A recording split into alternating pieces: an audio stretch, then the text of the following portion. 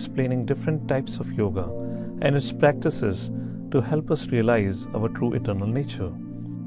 The chapter 3 is titled as Karma Yoga, in which Krishna explains the technique of achieving self-realization and spiritual connection with absolute truth through our daily work. To begin with, the acronym for this chapter is TREE, where T stands for Tyaga. Here Arjuna clarifies his confusion about what is better for him, to renounce or to perform his duty. Arjuna thinks spirituality means retirement from active life and the adoption of asceticism. Notably, many people have this misconception about spirituality, and in particular about Bhagavad Gita. Such people believe that Bhagavad Gita is all about leaving, that is, one's profession, family, and society, to become a mendicant renunciate. However, the message of Bhagavad Gita is about living responsibly and performing one's duties with detachment, which is a means to leading a happy life. Thus, in this chapter, Lord Krishna offers us profound insight into the art of living. Lord Krishna explains that renunciation is not about abandoning one's worldly duties. Rather, true renunciation is to give up the mentality that I am the controller and enjoyer. By working in a spirit of detachment, which is cultivated by offering the results of one's daily work, that is money, knowledge, influence, etc., to Supreme Lord, knowing Him to be the supreme enjoyer and controller, one achieves a real state of renunciation, and this is known as Karma Yoga. Bhagavad Gita, chapter 3, verse number 9. Thus Lord Krishna tells Arjuna in 3rd chapter from verse number 6 to 8 that it is better to perform one's worldly duties in this spirit than to accept premature renunciation and become a pretender. Unfortunately, it is seen sometimes that certain people accept the dress and the lifestyle of a renunciate but are not qualified for it. For an instance, once on the bank of Ganges river at Haridwar, a sadhu was sitting in meditation. One wealthy family came there to take bath in the Ganges, and they left all their belongings next to the sadhu. But when they returned and collected their belongings, to their dismay, they could not find their gold chain. And when the family asked sadhu, he simply raised his hand for blessings, pretending as if he knows nothing. But suddenly a wave of wind came and flew his asana, leaving behind the gold chain that was hidden beneath it. In essence, Lord Krishna advises Arjuna not to be an escapist, which is an easiest response in times of difficulty. Rather, it is better to perform Karma Yoga, which gradually purifies one's desires and consciousness. Arjuna reflected and thought, what about those people who cannot perform Karma Yoga? How can they advance? To work without selfish motivation is undoubtedly an advanced stage of spiritual realization. Next, in verses 10 to 16, Krishna explains how to progress to such a level by describing rungs on the yoga ladder.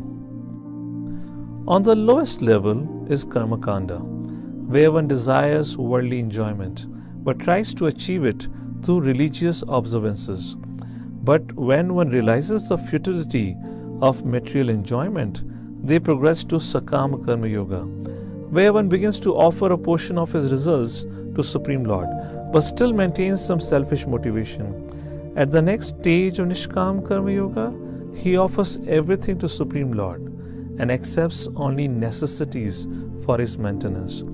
Those who progress to this level of spirituality become peaceful and freed from all worldly attachments. Arjuna understood and agreed that Karma Yoga is the best practical process by which one overcomes his worldly desires and attachments. But then Arjuna had a thought. Can a person who has achieved perfection through Karma Yoga retire and simply meditate on Supreme Lord?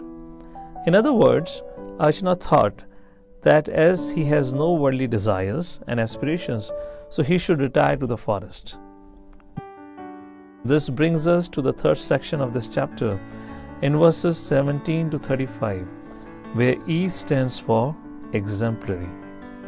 Here Lord Krishna advises Arjuna to perform his duty for the sake of educating the people in general, because, as Krishna speaks in 21st verse of chapter 3, whatever action a great man performs, common men follow, and whatever standards he sets by exemplary acts, all the world pursues. Krishna quotes his own example and tells Arjuna that even I perform my duties when I descend to this world, although I have no material desires. In text number 22 to 24. Then Arjuna thought, well, let me set an example of renunciation. Lord Krishna responds to Arjuna in verses 26 to 29, and he says, most people are not qualified to follow the example of renunciation. If an unqualified person, that is, who has a lot of material desires, renounces worldly responsibilities, he will eventually try to fulfill it through irresponsible means. Thus, Krishna states the purpose of Bhagavad Gita in verse 30. Therefore, O Arjuna, surrendering all your works unto me, with full knowledge of me, without desires for profit, with no claims to proprietorship, and free from lethargy, fight. And finally, Krishna concludes this discussion in verse 35 by stating, it is very dangerous to give up one's own duty and try to follow someone else's path. After hearing about this practical and logical process, Arjuna becomes elated and he thinks, yes, from today onward, I will steadily do my duty and control my attachments and aversions. But experience teaches that such immediate inspirations may prove difficult to adhere over time. Arjuna, being aware of reality, asks the following question. My dear Lord, in life, even though I know the best course of action, what is it that impels me time and again to act improperly and against my good intelligence? And this brings us to the last section of chapter 3, titled as Enemy of the Soul. Lord Krishna explains that the inherent quality of the soul is to love, to selflessly serve without any personal agenda. However, when the soul descends to this world, that pure love perverts into lust, which is the root cause of this phenomenon and is the eternal enemy of the soul. Lust impels one to seek immediate gratification and to act in a self-centered way without proper regards for others. In this way, lust cheats one of a progressive and happy life and offers only meager, instantaneous and temporary gratification in return.